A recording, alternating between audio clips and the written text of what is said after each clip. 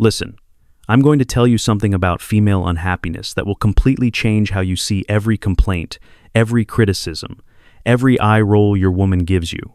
And before you start thinking this is some misogynistic rant, understand that what I'm revealing comes from observing thousands of relationships, including my own disasters, and recognizing patterns so consistent they're like laws of physics.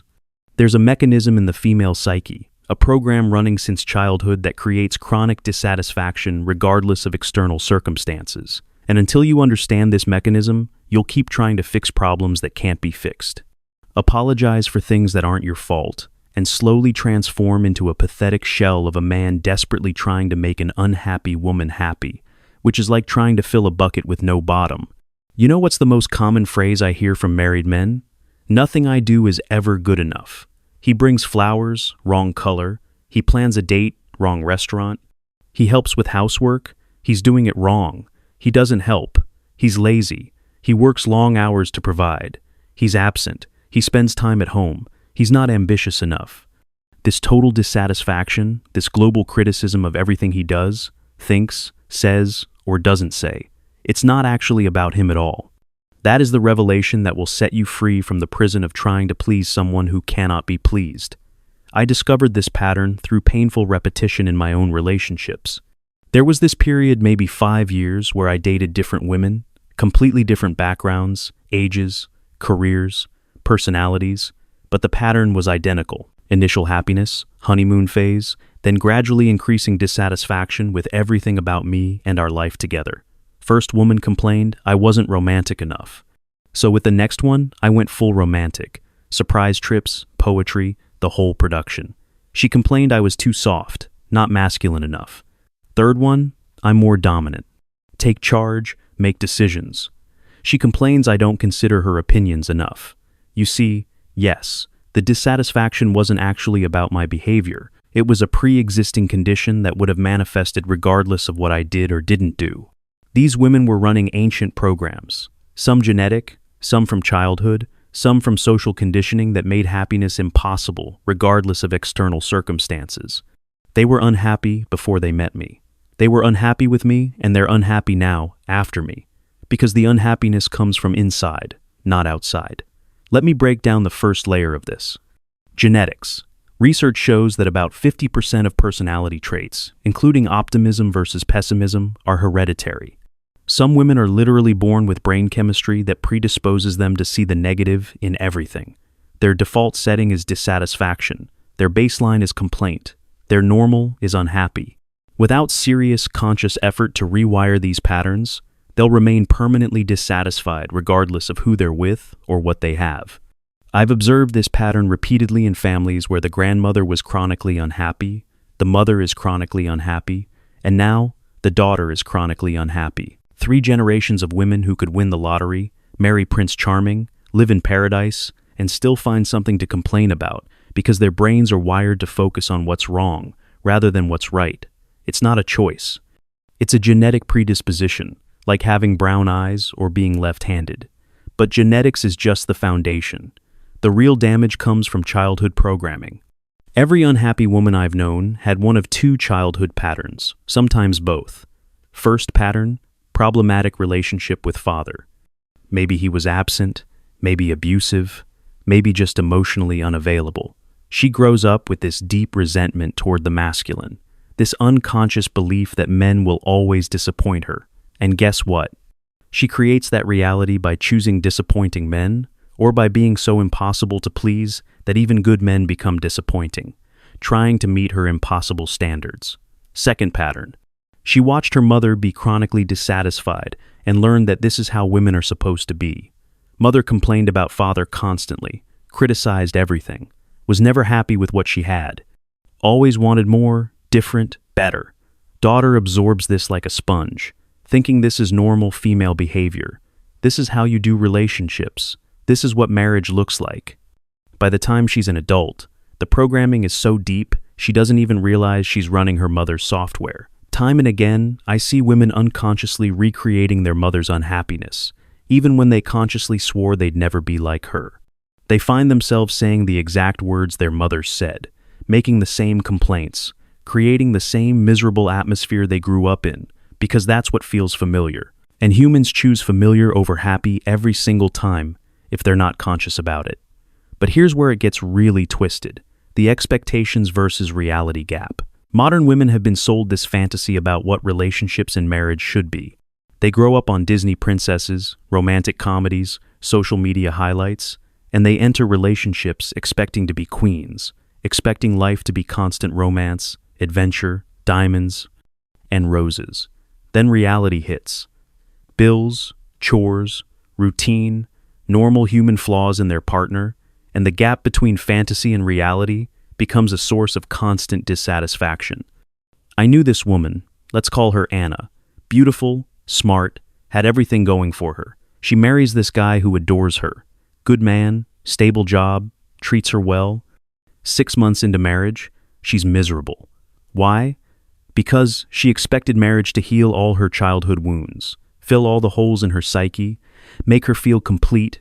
When it doesn't, when she still feels empty inside, because those holes can only be filled from within, she blames him. He's not romantic enough, not successful enough, not whatever enough to fix what's broken inside her. Many people experience this projection where internal emptiness gets blamed on external circumstances. If only he made more money, I'd be happy. He gets a better job, makes more money, she's still unhappy. Now it's, if only we had a bigger house. They get the house, still unhappy. If only he was more attentive. He becomes more attentive, still unhappy. He's too clingy. I need space. The target keeps moving because the dissatisfaction has nothing to do with the target. The gap between wants and possibilities creates another layer of chronic unhappiness.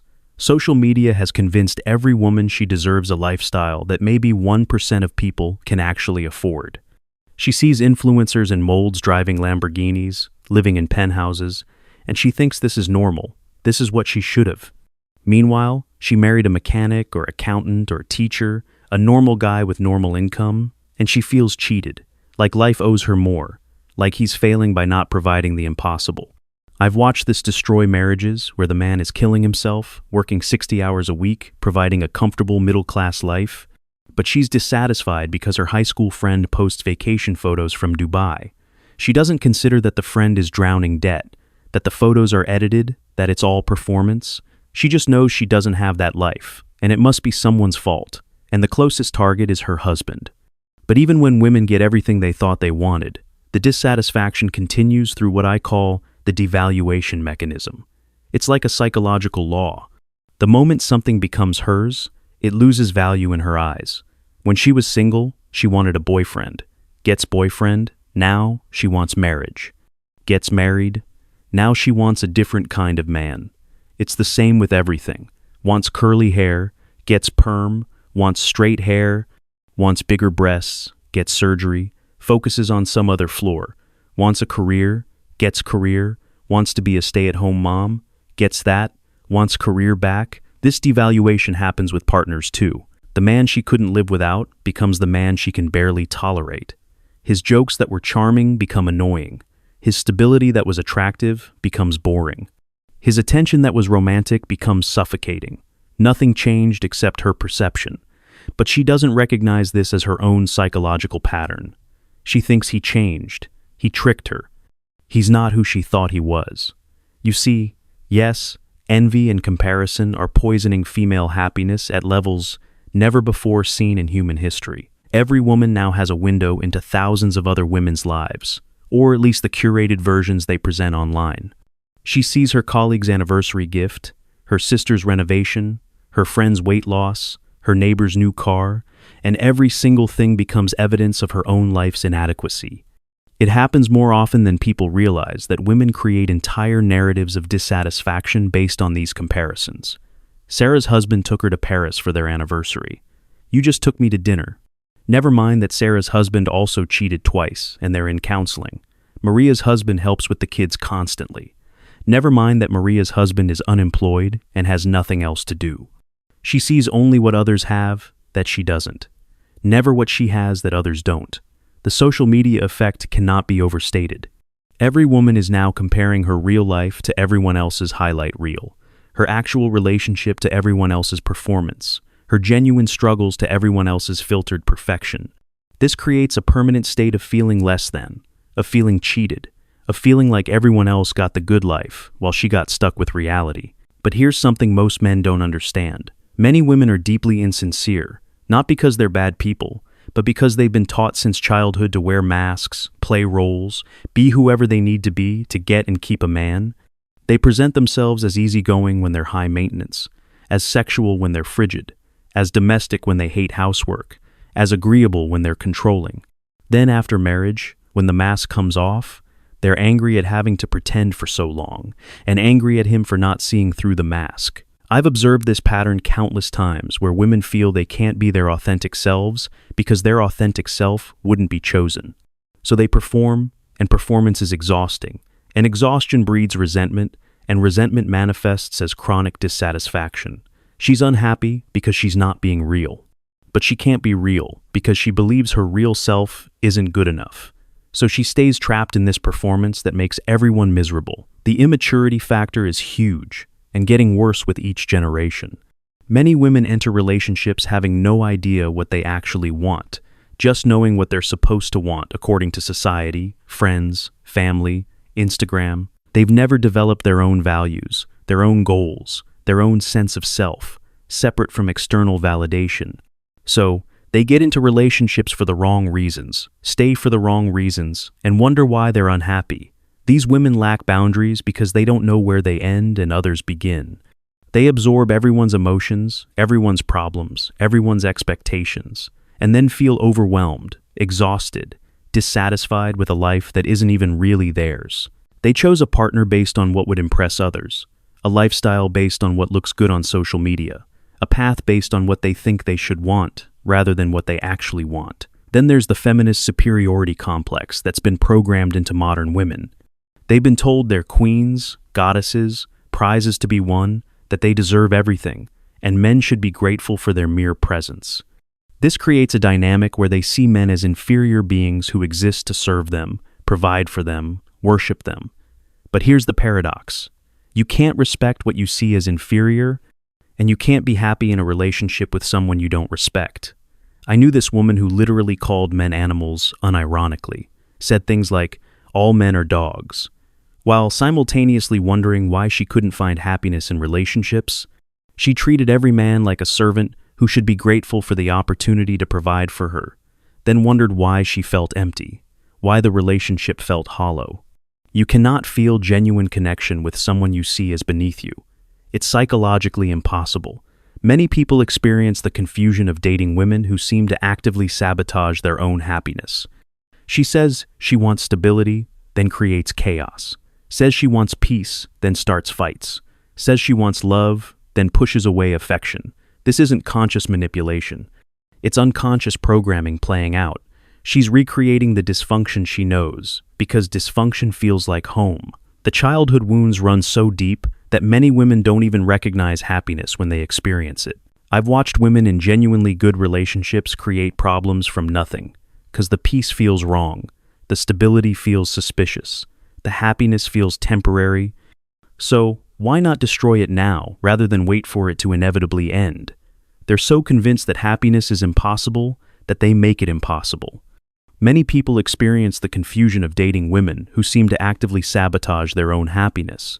She says she wants stability, then creates chaos. Says she wants peace, then starts fights. Says she wants love, then pushes away affection. This isn't conscious manipulation. It's unconscious programming playing out. She's recreating the dysfunction she knows, because dysfunction feels like home. The childhood wounds run so deep that many women don't even recognize happiness when they experience it. I've watched women in genuinely good relationships create problems from nothing because the peace feels wrong, the stability feels suspicious, the happiness feels temporary. So, why not destroy it now rather than wait for it to inevitably end? They're so convinced that happiness is impossible that they make it impossible. Time and again, I see women destroying good relationships because of what I call grass is greener syndrome on steroids. It's not just thinking someone else might be better. It's being bombarded daily with images and stories of how much better everyone else has it. Her feed is full of engagement announcements, baby announcements, promotion announcements, vacation photos, transformation photos, and each one feels like evidence that she chose wrong, settled for less, missed out on more. The biological clock adds another layer of dissatisfaction that men rarely understand. Women have a limited window for certain life experiences: marriage, children, building a family, and this creates an underlying anxiety that poisons happiness. She's either rushing to meet milestones and unhappy about the pressure, or she's met the milestones and unhappy they didn't fulfill her like she expected, or she's missed the milestones and unhappy about what she'll never have. I remember talking to this woman in her late 30s, successful career, nice apartment, decent relationship, but absolutely miserable. She said something that stuck with me. I did everything right according to the plan I made at 20, but the plan was wrong, and now it's too late to change course. She'd prioritized career over family, city life over community, independence over interdependence, and now felt trapped by her own choices with no way to undo them. The manipulation and testing that women do often unconsciously creates its own unhappiness. They test boundaries to feel secure, but the testing creates conflict. They manipulate to get needs met, but manipulation destroys trust. They create drama to feel intensity, but drama exhausts everyone. They're literally creating the conditions for their own unhappiness while believing they're trying to achieve happiness. You see, yes, there's also the princess programming from childhood that sets women up for permanent dissatisfaction. Every little girl is told she's special, unique, deserving of Prince Charming, deserving of a fairy tale life. Then she grows up, and reality is mundane. Her Prince Charming has morning breath and dirty socks. The castle is a 2-bedroom apartment, and there's no happily ever after, just daily life with its normal challenges and disappointments. The economic reality adds another layer. Women have been sold the idea that they can have it all: career, family, romance, adventure, wealth, fulfillment in every area simultaneously. But reality involves trade-offs. Career success often means less family time. Family focus often means career sacrifices. Financial security often means less adventure. But acknowledging these trade-offs feels like failure, like settling. So, they remain perpetually dissatisfied with whatever they've chosen. I've watched successful career women miserable because they don't have families, and stay-at-home mothers miserable because they don't have careers, and women trying to do both miserable because they're exhausted and feel they're failing at everything. The have-it-all myth has created a generation of women who feel like failures no matter what they achieve because there's always something they're not achieving. But here's the darkest truth about female unhappiness. For many women, it's become an identity. They bond with other women through complaining. They get attention through being victims. They avoid responsibility by blaming dissatisfaction on others. They've been unhappy so long, they don't know who they'd be if they were happy. Happiness would require changing everything about how they relate to the world, and that's terrifying. Many people experience this weird dynamic where attempting to make an unhappy woman happy actually makes things worse. You solve one problem, she finds another. You meet one need, she develops another. You fix one complaint, she creates another. Because the unhappiness isn't about the problems, it's about the identity, the familiar feeling, the known state of being. Happiness would be foreign, uncomfortable, suspicious. The therapy culture has made this worse in many ways. Instead of learning to be grateful, to accept imperfection, to take responsibility, many women learn to pathize everything, to see trauma everywhere, to blame childhood for adult choices. They develop what I call therapeutic narcissism. Endless focus on their own wounds, their own needs, their own healing journey with no awareness of how their unhappiness affects everyone around them. I knew this couple where the woman had been in therapy for 10 years, and instead of getting happier, she'd become more dissatisfied because now she had psychological language to justify every complaint. He didn't validate her feelings enough. He was emotionally unavailable when he was tired after work. He was gaslighting her when he disagreed with her memory of events. The therapy that should have helped her take responsibility instead gave her more sophisticated ways to blame him. The solutions to female unhappiness exist, but they require things most modern women won't do: genuine self-reflection, taking responsibility, lowering expectations to match reality, practicing gratitude, choosing meaning over happiness, accepting imperfection in themselves and others. These aren't sexy solutions. They don't make good Instagram posts. They don't get validation from other women, but they actually work. It happens more often than people realize that women only become capable of happiness after multiple relationship failures force them to look inward.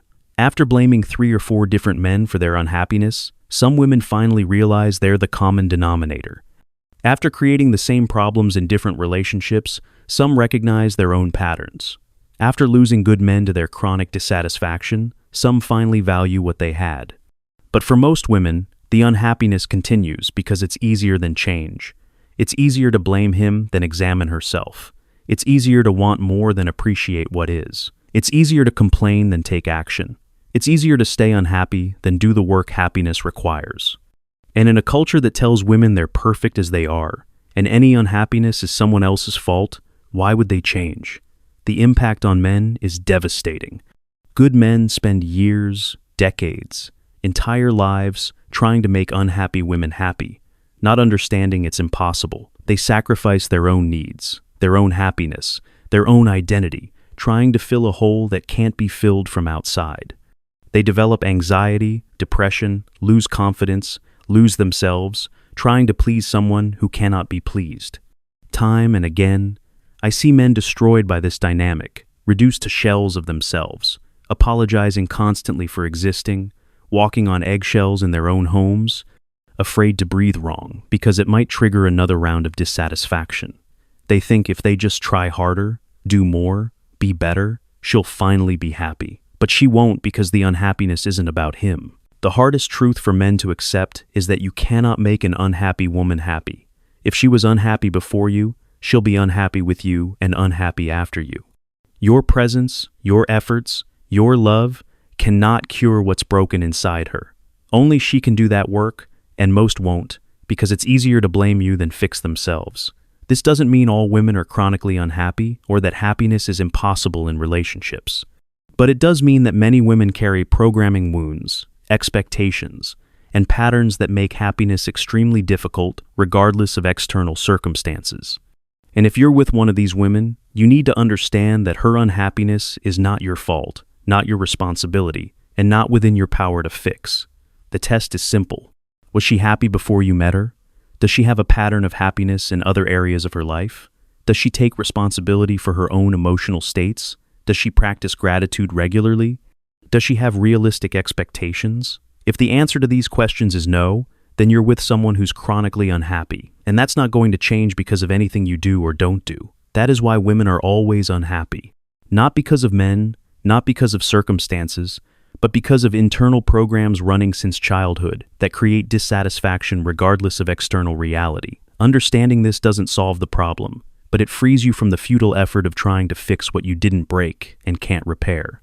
Her happiness is her responsibility, and until she takes that responsibility, she'll remain unhappy no matter what you do, who she's with, or what she has.